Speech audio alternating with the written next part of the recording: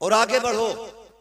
कम से कम मैं एक बात बता दूं, खुदा की कसम खा के कहता हूं, इससे बड़ी कसम कोई नहीं। अल्लाह ने मुसलमान के सीने में रहम रखा है,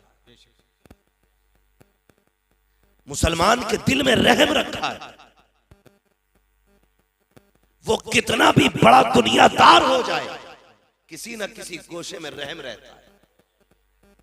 अगर आपका बेटा MBBS होगा, कुछ नहीं BUMS ही हो जाए, कोई गरीब रोता हुआ आएगा तो कभी मुस्तफा के नाम पे उसे फ्री दवा मिल जाएगी, कभी हुजूर के नाम पे उसका फ्री इलाज हो जाएगा। कम से कम कुछ भी ना सही, और बढ़ के बात करने लगा हूं। ये मैं किसी पे तंज नहीं कर रहा हूं, ये कड़वी सच्चाई है। तुम जानते हो हमारी बेटियों को जब ऑपरेशन थिएटर के अंदर ले जाया जाता है, उनके साथ क्या सुलूक किया जाता है कोई नहीं जानता है। उनके जब कपड़े उतार दे जाते हैं, कौन सी बदतमीजी नहीं करते जालिम। मैं चाहता हूं जब तेरी बेटी का ऑपरेशन हो, वहां पे कलमा पढ़ने वाला खड़ा होना चाहिए, दीन की बेटी खड़ी होनी चाहिए, ताकि उसके सतर को अगर कोई कुत्ता खोलना चाहे, हाथ बढ़ा के कह दे ना ये सिर्फ तेरी बेटी नहीं, ये मदीने वाले की भी बेटी है, मुस्तफा की बेटी है। इसकी इज्जत को हाथ ना लगाना, इसकी इज्जत हमारी इज्जत है। खुदा की कसम खा के कहता हूं, अगर तेरी बेटी MBBS बन जाएगी, सर्जन बन जाएगी, मैं नहीं जानता दुनिया क्या कहेगी, लेकिन इतना जानता हूं बेशुमार बेटियों की इज्जतें महफूज होती नजर आए। बहुत और आगे बढ़िए। बहुत अलग नजरिया रखता हूं मैं। पढ़ो, मैं मुखालिफ नहीं था। पढ़िए। हमारे पास क्या नहीं है कमेटी वालों, अल्लाह आपको सलामत रखे। सिर्फ जलसा ना करना, सिर्फ उर्स ना करना, अल्लाह तौफीक दे तो पूरा साल हुजूर की उम्मत की खिदमत भी करनी है। करेंगे इंशाअल्लाह। सारे वादा करो इंशाअल्लाह। हाँ, ये वादा करो उम्मत की भी खिदमत करनी। और अरबाब मिंबर की बस दुआएं चाहिए। हमारे पास नारे भी बहुत हैं, ठीक है, उर्स भी हमारे काफी भारी होते हैं, लंगर भी काफी बड़े होते हैं, और ये होने भी चाहिए। ये सुन्नियों की पहचान है। मैं खत्म करने की बात नहीं करता, ये सुन्नियों की पहचान है। लेकिन मजा तब है आज मौलवी साहब के नाम का उर्स सजा के बैठे। अल्लाह करे कल मौलवी साहब की तरफ से किसी गरीब बेटी का घर भी तुम बसाने के लिए खड़े हो जाओ। जिस तरह पूरी कमेटी ने इकट्ठे होकर के खून पसीने की कमाई से उर्स सजाया है, अल्लाह करे किसी गरीब की बेटी के हाथ मेहंदी से इसी मेहनत से सजाया। दावे के साथ कहता हूं, भले तू साल भर मजार पे ना आना, दुनिया के किसी भी कोने में तुमने गरीब बेटी के हाथ मेहंदी से सजा के उसका घर आबाद करा दिया, मरने की देर होगी मदीने वाला तेरी कब्र को सजाने खुद आ जाएगा। हमें ये करना पड़ेगा और आगे बढ़ना पड़ेगा। मेरे दोस्तों, कितने पीछे रह गए, खुद सोचो, खुद सोचो। जिसके धर्म की कोई था नहीं, वो तो मजबूती से था पे बैठे। जिनके मजहब की एक एक तारीख रकम है, आज वो कितने पीछे। तुम देखोगे किसी भी गैर मुस्लिम को, तुम आज देखो बिना तिलक के नजर नहीं आएगा। जी जी बेशक, बहुत गौर से सुनना मेरी बात। बिना तिलक के नजर नहीं आएगा, बिना बालों के नजर नहीं आएगा। आज क्या हुजूर ने हमें टोपी दी थी, किधर गई? कितने लोग लगाते टोपी? सोचो तो सही, कितने लोग टोपियां लगाते? कब? जुमे के दिन टोपी लगती है। किस दिन? बोलो, नाराज हो? जुमे के दिन। नाराज नहीं हो तो फिर बोलो, जुमे के दिन लगाते कि नहीं? जी जी जी। और कौन से दिन लगती है? ईद के दिन। वैसे तो किसी ना किसी के सर पर रोज लगी रहती है, लेकिन मैं वो बात कर रहा हूं जिसमें ज्यादातर लोग टोपी लगाते हैं। दूसरा कौन सा दिन है? अल्लाह सलामत रखे, भाई कह रहे हैं ईद का दिन। और एक दिन और आता है जिसमें सारे लोग टोपी लगाते हैं, वो दिन आता है रबीउल अव्वल शरीफ का दिन, हुजूर की विलादत के दिन। सबके सर पे टोपियां होती हैं। और एक दिन और आता है जिसे मुहर्रम की 10 तारीख कहा जाता है, जिसमें अक्सर लोगों के सर पे टोपी होती है। जब सब टोपी लगा लेते हैं तो हुकूमत हिल जाती है। तुमने 4 बार टोपी लगाई, हुकूमत हिल गई। अगर 365 दिन टोपी लगा लोगे तो दुनिया हिलती हुई नजर आएगी। जी जी बेशक। लेकिन लोग कहते हैं अरे मौलवी साहब तकरीर करना, लोनिया दुपट्टे ना ओढ़ने। तो मैं सीधी बात कहता हूं, जब से लड़कों ने टोपियां उतार दी, बेटियों ने दुपट्टे उतार दिए। बाप टोपी ओढ़ना शुरू कर दे, बेटियां दुपट्टे ओढ़ना शुरू कर देंगी। आदत डालिए बच्चों के, आदत डालिए। गलत मैसेज मत लेके जाना। मेरी बात का ये मत निकालना मैं किसी को सताने आया था, दिल तोड़ने आया था। मैं बताना चाहता हूं, आज शादियां आप देखें, शादियों में जाओ तो शरीफ आदमी खड़ा नहीं हो सकता। भाई कितने में किया होटल बुक के? 2 लाख में, 5 लाख में, और एक इज्जतदार आदमी अंदर एक लुकमा नहीं खा सकता। हजरत को ले जाना, टहल टाल के बाहर आ जाएंगे, क्योंकि वहां जितने खा रहे हैं सब बैलों की तरह घूम घूम के खा रहे हैं। नीचे बैठ के खाने वाले को तो पागल समझा जाता है। और अजीब लोगों का सिस्टम है। एक ने तो कारी असगर साहब एक ही प्लेट में बिरयानी भी डाली, कोरमा भी डाला, जर्दा भी डाला, कोल्ड ड्रिंक थी, वो दूसरे हालात में पकड़े पड़ा। अब वो खाए कैसे? हालात देखिए। जी जी बेशक। और प्लेटें वो कई जगह पे फाइबर वाली, वो फटी कपड़ों पे। बारात आफत में बदल गई। बेशक। हमने 4-4 लाख के मैरिज हाल तो किए, हमने 10 रुपए का दस्तरखान नहीं बिछाया। हमने 10-10 लाख लगा करके दुनिया की शोहरतें हासिल की। क्या कि अच्छा होता जमीन पे बैठ के मुस्तफा की सुन्नत को जिंदा किया होता। क्या कि अच्छा होता। लो एक बात और बता दो, जो खड़े होके खाते हैं उनकी बरकतों का मामला ये है, उसमें डबल खर्चा आता है। जो बैठ के खाते हैं उसमें आधा खर्चा आता है। लोग कहते हैं ये फेंकने में जाये हुआ है। मैं कहता हूं नहीं, तुमने सुन्नते मुस्तफा छोड़ी इसलिए बरकतें उठा दी गई। तू बैठ के खा, खुदा की कसम जितने खाने में एक बारात का भला होगा उतने खाने में अल्लाह 2 बेटियों के घरों को आबाद करेगा। नारे तकबीर, नारे रिसालत, मसलक के आला हजरत मुफ्ती हम्माद रजा साहिब क़िबला। बात खाने की आ गई तो एक और कह दूं, कार्ड आता, कार्ड एक आदमी की दावत है तो मोटरसाइकिल पे 3 बैठ के जाते हैं। समझ रहे मेरी बात? ये बात गौर से सुनना। एक पे 3 बैठ के जा रहे हैं, रास्ते में दोस्त मिल गया, उससे कहते तू भी टंग जा।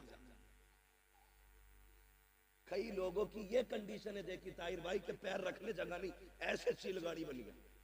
दावत खाने जा रहे हैं क्योंकि पैर रखने की इतनी जगह ही कब है? वो तो बनी 2 लोगों के लिए थी, 4 बैठ गए, फ्री की खाने गए।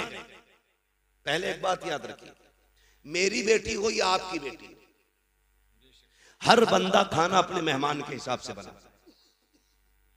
ठीक है जी? और क्या करते हैं, अगर 100 मेहमान उसकी लिस्ट में होते हैं तो 120 लोगों का हर बंदा खाना बनाता है, बच जाए कम ना पड़े। बेशक। और जितनों को दावत देता मैं हूं या आप हूं, उसके रजिस्टर में चढ़े होते कितने लोग खाने वाले। अब अंदाजा लगाइए, एक के साथ एक फ्री आ गया, उसने बनाया था 120 लोगों का, खाने वाले कितने हो गए? 200 हो गए ना, 100 का डबल हो गया तो 200 हो गए, और कभी कभी 250 भी हो जाते हैं। अब ये बताइए, ये जो आप एक की दावत पे 3 टन के जा रहे हो, तुम्हारे बाप की जागीर थी?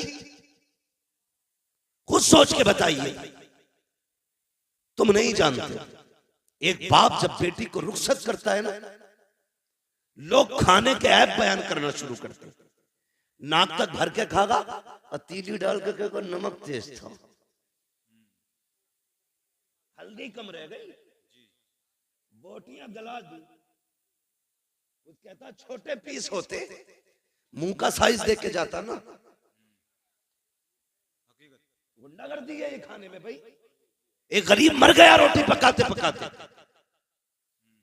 तुम किसी के खाने को खाने के बाद कहते हो इसका चावल कच्चा था, नमक तेज था, मिर्च ज्यादा थी, हल्दी कम डाली गई, तेल ज्यादा था। और यार कितना बोलने से पहले जरा पंडाल में जिधर खाना चल रहा है उधर देख तो सही, किसी कोने में बेटी का बाप गर्दन झुकाए खड़ा होगा, वो देख रहा होगा, वो दिल में कहता होगा मालिक रोटी कम ना पड़ जाए, मालिक शोरबा कम ना पड़ जाए। किसी कोने में खड़े होके कहता है या अल्लाह आज इज्जत रख लेना, तुझे क्या पता तेरी नजर में तो एक वक्त का उड़द गोश्त है। उस बाप से पूछ उसने इस उर्दों के लिए कितने दिन ओवर टाइम ड्यूटी की है, उससे पूछ एक वक्त के खाने के लिए उसने कितनी रातों में उठ उठ के मजदूरियां की है, उससे पूछ उसने कितनी मेहनत से एक बारात का खाना बनाया है। जब से बेटी पैदा हुई है इसने नए कपड़े पहनना छोड़ दिए थे, जब से बेटी घर में आई थी इसने घी दूध खाना छोड़ दिया था, जब से बेटी घर में आई थी इसने अपने शौक खत्म कर दिए थे। और तू कहता है खाने में कमी रह गई है। और शर्म कर, शर्म कर,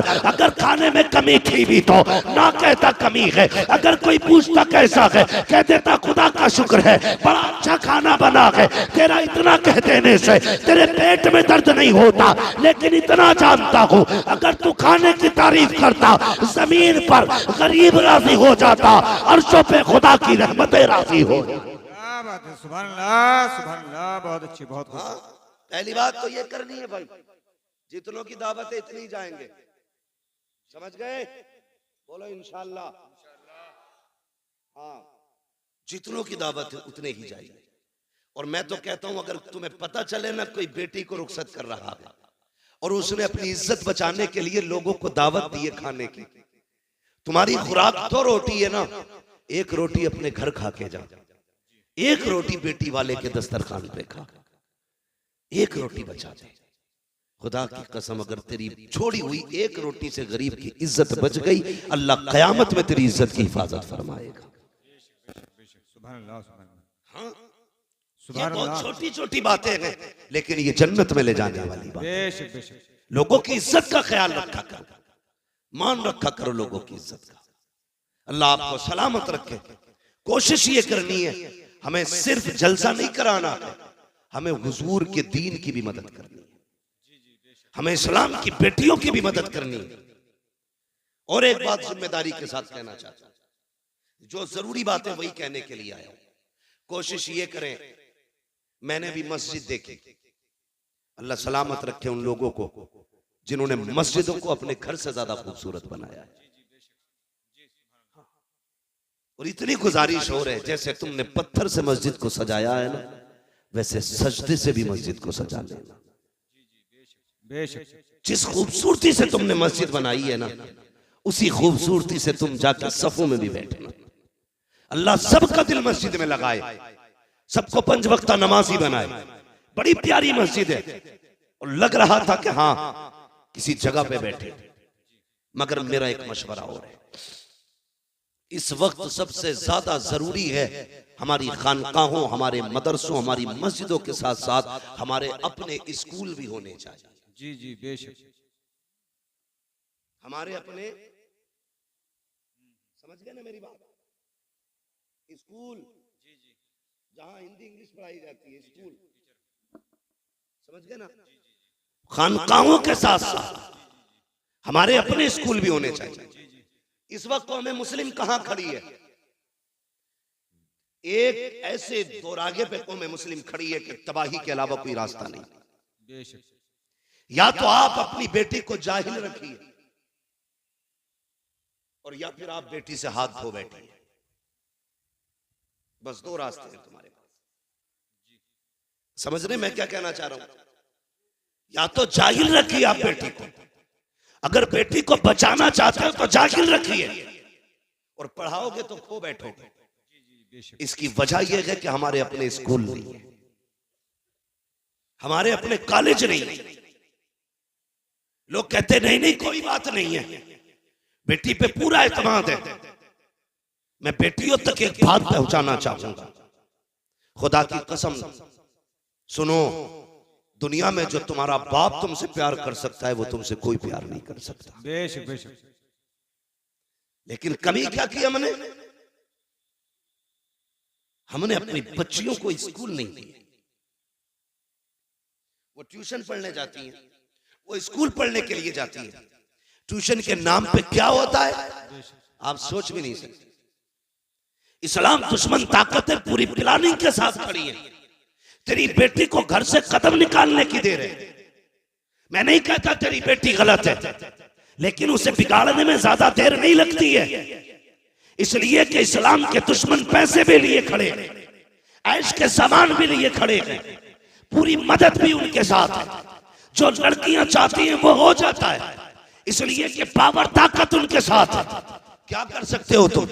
कुछ नहीं कर सकते। तुम्हें बताऊं दिल रोया जब मैंने एक वीडियो के अंदर देखा हमारी बेटियां ट्यूशन पढ़ने गई तो वहां के पढ़ाने वाले उनके साथ बदतमीजियां कर रहे हैं। उनको दो लड़कों के बीच में बिठाया जाता है, दो लड़कों के बीच में एक लड़की बैठी होती है। हम ये सोचते हैं बेटी पढ़ने गई है, अरे मती मारी गई है हमारी, हम किस जगह पे चलने लगे हैं? आंखें बंद करके बैठे हो। कल जब बेटी चली जाती है सोनू मोनू के साथ सोती है, फिर सर पीट के रह जाते हो। कैसे पलट के आएगी? गई हुई इज्जत कभी आया नहीं करती, जाने वाली आबरू कभी लौट के नहीं आती है। जैसे कबान से निकला तीर कभी वापस नहीं आता, जबान से निकली बात कभी वापस नहीं आती है, घर से निकली इज्जत कभी वापस नहीं आया करती है। जब बेटियां बेआबरू हो जाती है कितना तड़प लो, कुछ नहीं होगा। अगर इज्जतें चाहते हो अपने स्कूल बनाओ, अपने कॉलेजेस बनाओ, उनको तालीम दो और दुनिया को बता दो हम करबला वाले हुसैन के मानने वाले हैं। खानकाहे भी हम बनाएंगे, स्कूल भी हम बनाएंगे। नारे तकबीर, नारे रिसालत, मसलके आला हजरत फैजाने हुजूर ताजुल शरिया, रज़वियों की तकरीर, नबी के दुश्मनों की फूट गई तकदीर। समझ रहे मेरी बात? ये भी कोशिश करो खान साहबो, तुम्हारे अपने स्कूल होने चाहिए और फख्र से कहो हमारा अपना स्कूल है। क्या इनके नकाब नहीं उतारे गए स्कूलों में? दुनिया गूंगी बनी रही, मुझसे बर्दाश्त नहीं होता। मौत एक बार आनी है, एक बार मरना है। और याद रखिए किसी ना किसी को तो कुर्बान होना पड़ेगा, किसी ना किसी को तो मरना पड़ेगा। मेरी बात सुने, हमारी बेटियों के नकाब उतारे गए स्कूल में एंट्री से पहले। ड्रेस के नाम पे उनके कपड़े उतार दिए गए। तुम्हारे अपने स्कूल होंगे, किसी की मां ने दूध नहीं पिलाया है, किसी की बेटी की कोई जूती उतार सके। कपड़े तो बड़ी बात, अपने स्कूल बनाओ, शौक कम करो, होटलों में नाश्ते कम करो, इस पैसे को बच्चों के मुस्तकबिल पे लगाओ। मुजफ्फरपुर के अंदर एक बच्चे को पिटवाया जाता है, ये मुस्लिम है। हमने थोड़ी देर बैठ के मोबाइल में देखा और ये कब बुरा हुआ। तुमने क्या किया कौम के लिए? अगर ये बुरा हुआ तो क्या दिया तुमने? दिल रोता है। मैं सुन्नी हूं, मुझे वहां भी कोई ना समझे जी, मगर तकलीफ होती है। खानकाहों में जाना हमारा वतीरा है, बुजुर्गों के कदमों में बैठना हमारी इज्जत है। जी बेशक। लेकिन कई बार ऐसा मैंने देखा है खानकाहों में जितनी ऊंची गोलकें लगी हैं उसमें पैसे डालने जगह नहीं होती, उंगलियों से ढकेल ढकेल के पैसे भरे जाते हैं। उन पैसों को गिनने के लिए लोगों के नंबर नहीं आते हैं। और यार कभी वही पैसा उठा करके बच्चों के मुस्तकबिल पे लगाओ, स्कूल कॉलेजेस पे लगाओ। खुदा की कसम खा के कहता हूँ खानकाह में पैसा दोगे तो शायद 10-20 का पेट भरेगा। अगर यही पैसा तुम अपने बच्चों के मुस्तकबिल पे लगा दोगे 10-20 का नहीं बल्कि 10-20 सदियों का अल्लाह भला फरमा दे। सुभान अल्लाह, सुभान अल्लाह, बहुत अच्छे, बहुत अच्छे, बहुत खूब, बहुत खूब। इस तरह बिगड़ा गया साकी, उन्हीं को जाम मिलता है जिन्हें पीना नहीं आता। जी जी बेशक, उन्हीं को जाम मिलता है जिन्हें पीना नहीं आता। माशाअल्लाह। मेरी बात सुने, कई गलत नहीं है, कारी बाकिर साहब, कारी असगर अली साहब, ये उलमा मदरसे से जुड़े लोग जानते हैं, तनख्वाहों को कई कई महीने हो जाते हैं। इमाम की तनख्वाह कितनी रहती है मस्जिदों में? 10,000 12,000 है, इतनी तनख्वाहें रहती हैं। उसमें भी क्या होता, अगले महीने ले लियो, मारी जा रही है कि तनख्वाह तुम्हारी, हम भाग रहे हैं क्या? कुछ सोचो। ये 12,000 की तनख्वाह देने में पूरी कौम ऐसी बातें करती है। पहली बात तो ये कहूं, जब वक्त हो जाया करे तनख्वाह एक दिन पहले ही दे दिया करो। जिस तरह तुम्हारे बच्चे होते हैं उसी तरह इमाम की भी बच्चे। कोई ये ना समझे इमाम साहब बुलवा रहे हैं मुझसे, पहले सुन लीजिए, कभी पता चले अगले दिन दोनों इमामों की छुट्टी कर दो, वो नहीं है। ये सारी बातें मैं अपने दिमाग से और अपनी जरूरत के पेश नजर ये बात कर रहा हूं, जिसकी मैं जरूरत महसूस करता हूं। हाँ, इमामों की तनख्वाहें बेचारों की 6-6 महीने लेट है, उनके भी बच्चे हैं, वो भी बीमार होते हैं, उनकी भी दवाइयां हैं, उनके भी शौक हैं। लोग कहते हैं दिल नहीं लग रहा नमाज में, लगेगा कहां से, तनख्वाह तूने दी नहीं। उसके घर आ गई है भतीजे की शादी, बीवी ने कहा इमाम साहब की सूट तो जरूर बनेगा, तो वो फजर में भी खड़ा है ना, दुनिया सो रही है, वो हिसाब लगा रहा कहां से लाऊंगा, तो तेरा दिल लगेगा नमाज में?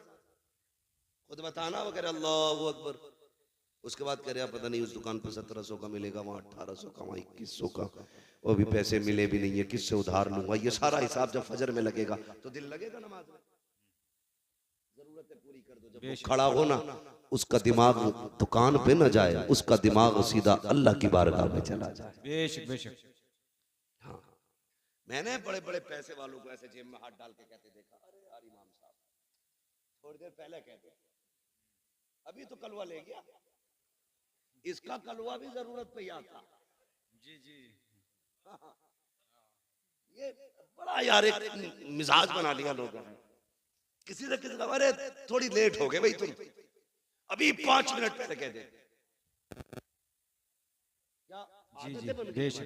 आदत झूठ और मक्कारी फितरत हो गई हमारी, फितरत है। किसी का इंतकाल हो जाए और तुम ना बताओ, फिर वो पूछे यार तुम जोहर में नहीं थे, यार दफन में गया था, अरे यार मुझे क्यों नहीं बताया, मैं भी जाता। फर्ज कर लो अगर जाते टाइम बता दो चलेगा, अरे यार क्या बताऊं वो बकरा बीमार है ना, मैं भी चलता। मतलब करना आसान ही है, जिधर से चाहो कान पकड़ लो, ये भी कोई जिंदगी है? जिसके साथ खड़े हो खुलूस के साथ खड़े हो,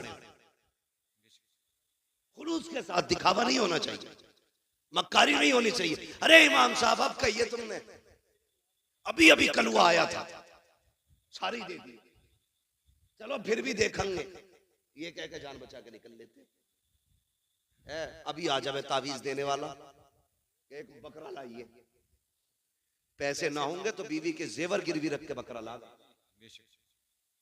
बकरा।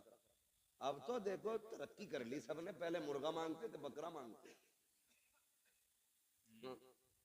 पूरा बकरा चाहिए। ये बता खानदान की तकदीर लिखेगा क्या इससे, पूरे बकरे से? भाई हम तावीजों में और अपनी जरूरत के लिए कुछ भी कर सकते, दूसरे के हक के लिए कुछ करने तैयार नहीं। इन चीजों से निकलिए, खुलूस पैदा कीजिए दिल में। देने वाला कौन है बोलो?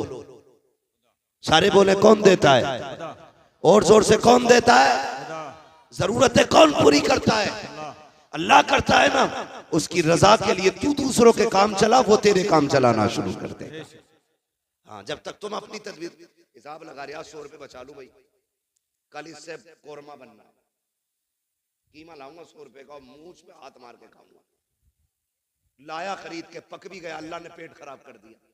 अब टुक टुक देखते आ, ले भी आया, पक भी गया, खा नहीं सकते। अल्लाह कहता देख ये मेरी पावर है, हम अगर चाहे तो तेरे हाथ में कभी तेरे मुंह में नहीं जाने दे सकते। जी बेशक, हाथ में भी। और कहता जो हम पे भरोसा करता है ना, हम उसे वहां से देते जहां से वो सोच भी नहीं सकता। जी बेशक बेशक, सोच भी नहीं सकता है। इसलिए मेरी गुजारिश है जहां जरूरत है वहां इन्वेस्ट करो बेशक। लेकिन आज सबसे बड़ा तो दबंग वही है ना जो सबसे ज्यादा इमाम को डरा के रखे। और इमामों से भी हाथ जोड़ के गुजारिश है, प्रधान आ जा तो सराहना ना छोड़ा करो, तुम इमाम हो। हाँ, ये भी मामलात खराब है। प्रधान आ गए तो जगह छोड़ दी, कोई गरीब आ गया तो हिलने ही तैयार नहीं। अपना भी समझो एक ही सफ में खड़े हो गए महमूद व अयाज, ना कोई बंदा रहा ना कोई बंदा नवाज। प्रधान भी है, खड़ा हो लाइन से। कौन है तू? मैं वो हूं जो गांव का प्रधान है, मैं मुखिया हूं, मैं जमींदार हूं। होगा तू, मैं मस्जिद का इमाम हूं। तेरी रसाई कहां तक है? थाने तक। मेरी रसाई खुदा तक है।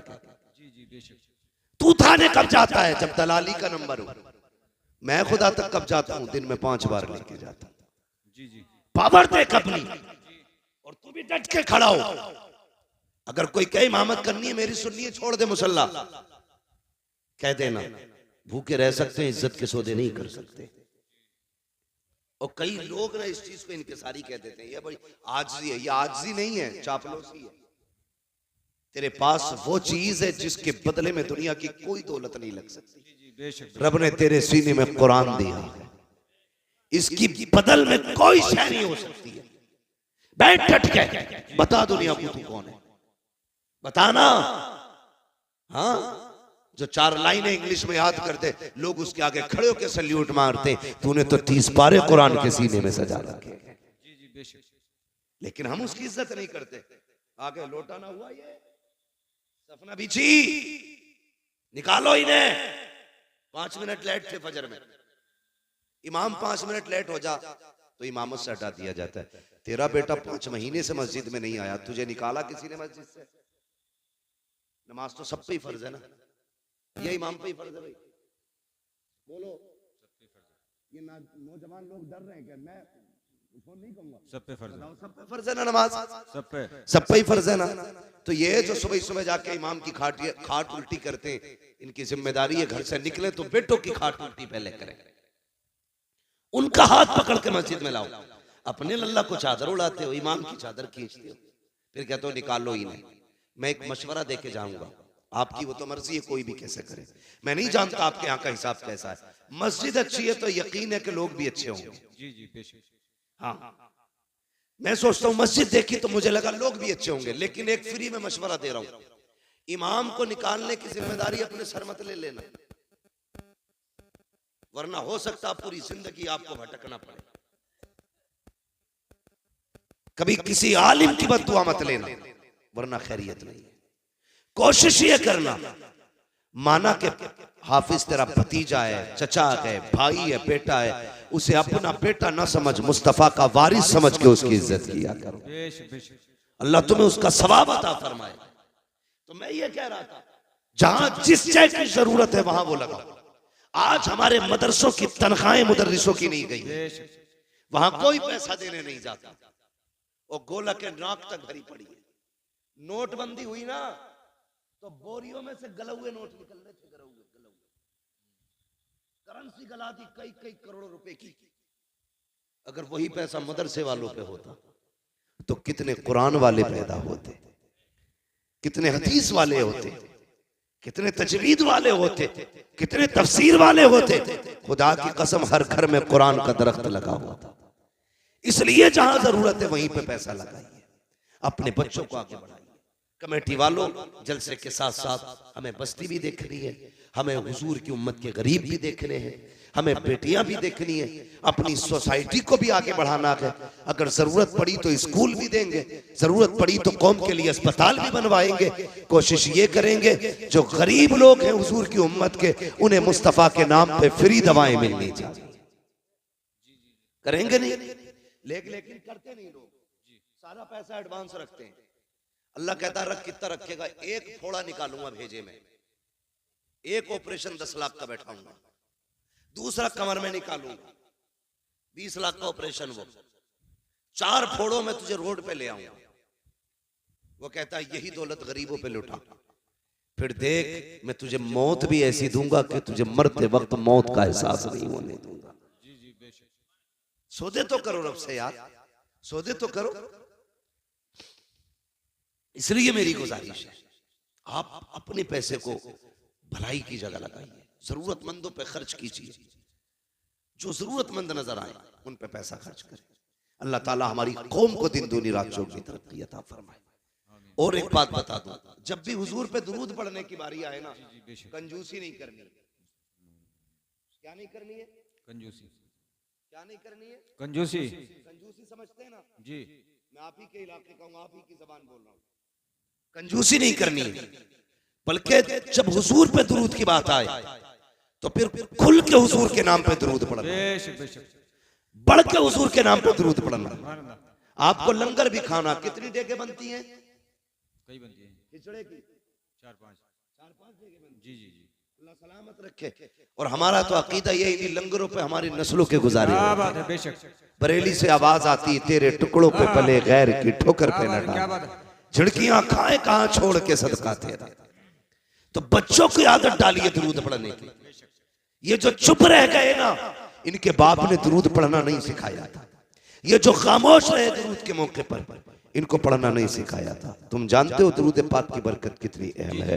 कभी सोच भी लिया करो, अपने बच्चों को दरूद का आदी बनाओ। अगर बच्चा स्कूल जाए, ड्रेस में देर होती है, माँ कहती ले बेटे ये रहा मोबाइल, थोड़ी देर गेम खेल, अभी नाश्ता बना के लाती हूँ, अभी पराठा बना के लाती हूँ, अभी ड्रेस उठा के लाती हूँ, अभी तेरे जूते लेके आ रही हूँ। बच्चों के हाथ में मोबाइल दे के जाते हो। अपने बच्चों से कहो बेटे नाश्ते में 10 मिनट लगेंगे, 10 मिनट तक मुस्तफा पे दरूद पढ़ना शुरू कर दो। तुम्हारे बच्चे 10 मिनट दरूद पढ़ेंगे। दावे के साथ कहता हूँ, और यार सुनो तो सही, रोज जब तुम्हारे बच्चे हुजूर पे 10 बार दरूद पढ़ेंगे, किसी दिन तो हुजूर पूछेंगे ये किसका बेटा है जो रोज दरूद पढ़ता है, ये किसका लाल है जो रोज मुझे सलाम भेजता है, ये किसका बेटा है जिसने मुझ पे दरूद भेजा है। कोई कहेगा आरिफ का बेटा है, कोई कहेगा अकिल का बेटा है, कोई कहेगा अब्दुल रऊफ का बेटा है, फरिश्ते कहेंगे अब्दुल रहमान का बेटा है। खुदा की कसम, उनकी बारगाह में अगर तेरा नाम आ जाएगा, समझ लेना बेड़ा पार हो जाएगा। इसलिए आदि बनाओ बच्चों को।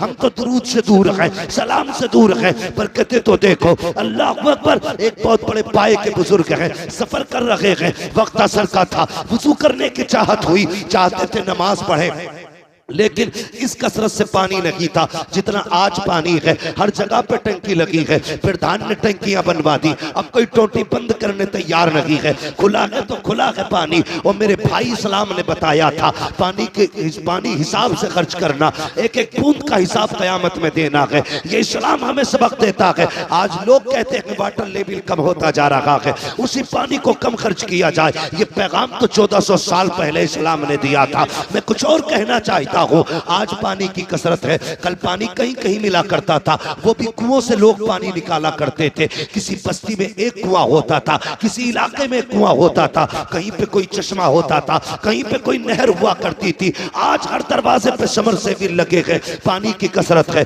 वो बुजुर्ग नमाज के इरादे से है, असर का वक्त है, सफर कर रहे हैं, सामने बस्ती नजर आई, सोचा यहाँ पानी मिल जाएगा। बस्ती के करीब आए, एक कुएं को पाया, सोचा वुजू करूं नमाज पढ़ना है। जैसी गए क्या देखते हैं, पानी तो था, डोल और रस्सी लगी थी। दाएं बाएं देखने लगे, हैरत में थे क्या किया जाए, पानी कहां से लाया जाए। इतने में एक छोटी सी बच्ची छत से खड़ी थी, देख के कहती है बाबा आपका कुर्ता बता रहा है, आपका मामा बता रहा है, आप कोई अल्लाह वाले हो, आप कोई आलिम दीन हो। हाँ बेटी, कहा क्यों परेशान हो, कब वुजू करना है, नमाज पढ़नी है, कब फिर देर किस बात की है, कब बेटी पानी कुएं में है और कुआं गहरा है, कोई रस्सी लगी है, डोल लगी है, पानी कैसे निकालूं, जब पानी निकलेगा तब वुजू होगा। बच्ची मुस्कुरा के कहती है ताज्जुब है आपकी दानाई पर, आप अल्लाह के बंदे हो करके इतना हिसाब लगा रखे हो कि डोल रस्सी आएगी तब पानी निकलेगा। का फिर का ठहरिए, बच्ची करीब आई है,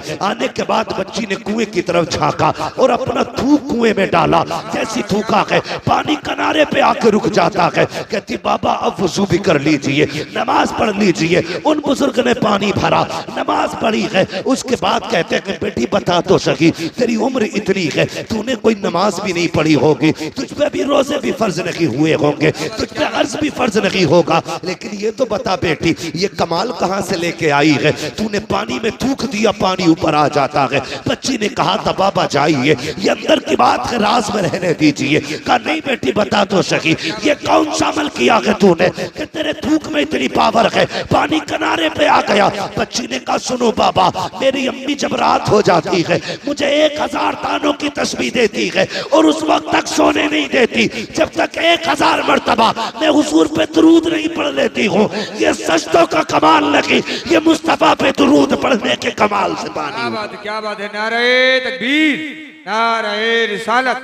मसलक के आला हजरत, नबी के गुलामों की शान, जन्नत के हैं मेहमान, मुफ्ती हम्मद रजा साहिब क़िबला। आदत डालो दुरूद पढ़ने की, अपने बच्चों को दुरूद पाक सिखाओ।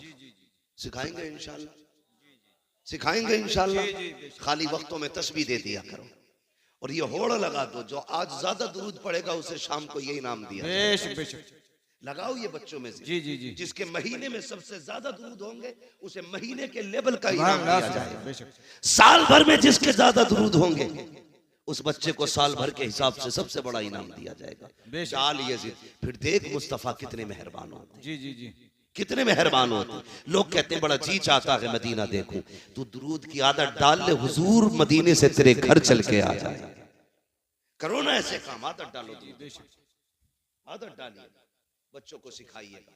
और ये तहजीब ये बचपन से बच्चों को सिखाई जाती है, बचपन से सिखाई जाती है। आप गौर कीजिएगा। करबला जानते हैं ना? करबला कितने लोग जानते हैं? करबला का नाम कितने लोगों ने सुना है?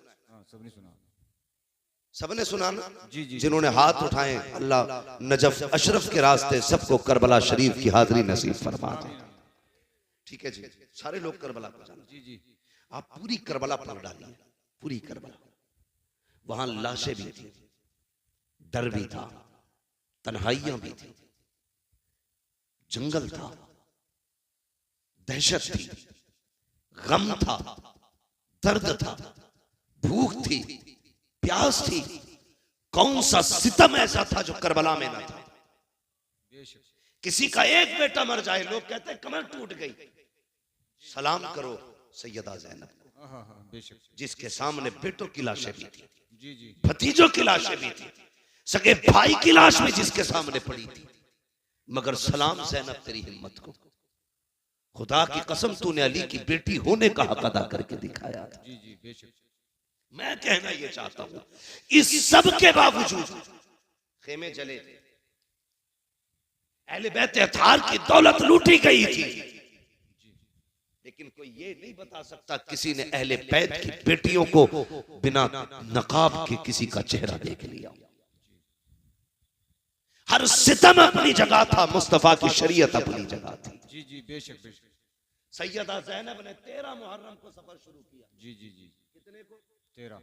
सारे बोले कितने को? 13 मुहर्रम। 13 मुहर्रम को करबला से चले, 27 रमजान को मदीना शरीफ पहुंचे। जोड़ के लगाओ हिसाब कितने बने? मेरे हिसाब से तकरीबन 9 महीने बनते। कितने महीने? 9। जोर से कितने? 9 महीने बनते। लेकिन इस 9 महीने के सफर में सैयदा ज़ैनब जब मदीना शरीफ पहुंची थी तो 72 कुरान मुकम्मल कर चुकी थी।